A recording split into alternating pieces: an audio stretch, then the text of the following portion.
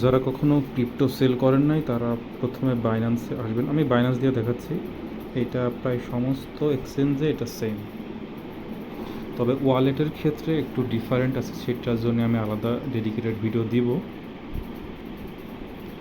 তো প্রথমে আমরা এইভাবে নিউ লিস্টিং আসবো, ঠিক আছে? নিউ লিস্টিং আসার পরে এই যে এখন ডগস লঞ্চ বলে দেখাচ্ছে, কিন্তু এইটা কাল যখন লিস্ট হয়ে যাবে তখন থেকে এটা যেমন টন বানানা অথবা লিস্টটা এরকম আছে, এই রকম চলে আসবে।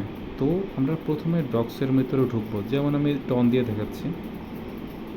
এটা ক্লিক করব, ভিতরে চলে যাবে। এরপরে আমরা এখান থেকে তো আমরা সেল করব, বাই সেল দুটো অপশন আছে। তো আমরা আমরা কী করবো, আমরা সেল করব, সেলে যাব। এবার সেলে আসার পরে এই যে এখানে লিমিট দেওয়া আছে, এই লিমিটের জায়গায় আমরা মার্কেট সিলেক্ট করব এবং আমরা কতটুকু সেল করতে চাই সেটা আমরা এখানে ডিটারমাইন করতে পারবো। এটা আমরা এখানে অ্যামাউন্ট দিয়ে লিখতে পারবো। এটা ইউএসডিটি থেকে, এটা যেমন টন, তাই আমি টন দিচ্ছি, এখানে ডগস চলে আসবে। সো এই ডগসটা তখন সিলেক্ট করবেন, করার পরে আপনি যদি দেখা যাচ্ছে সম্পূর্ণ অ্যামাউন্ট সেল করতে চান না, 10,000 ডগস সেল করতে চান, তখন 10,000 লিখবেন।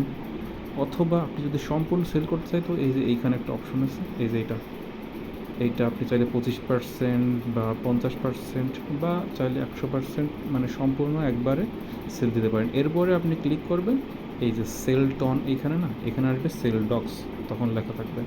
সো এখানে যখন সিলেক্ট করে সেল করে দিবেন, ব্যাস আপনার এটা সেল হয়ে এটা ইউএসডিটি হয়ে যাবে, ডক্স থেকে ইউএসডিটি হয়ে যাবে। আপনি যখন টাকা উঠাতে যাবেন, তো আপনার প্রথম কাজ হবে ডক্সটাকে সেল করে ইউএসডিটি করা। সো এটা ছিল প্রথম স্টেপ, এবং কিভাবে আপনি এটা বিকাশ বা নগদের মাধ্যমে নিয়ে আসবেন সেটা আমি পরবর্তী আরেকটা ভিডিওতে জানিয়ে দেব।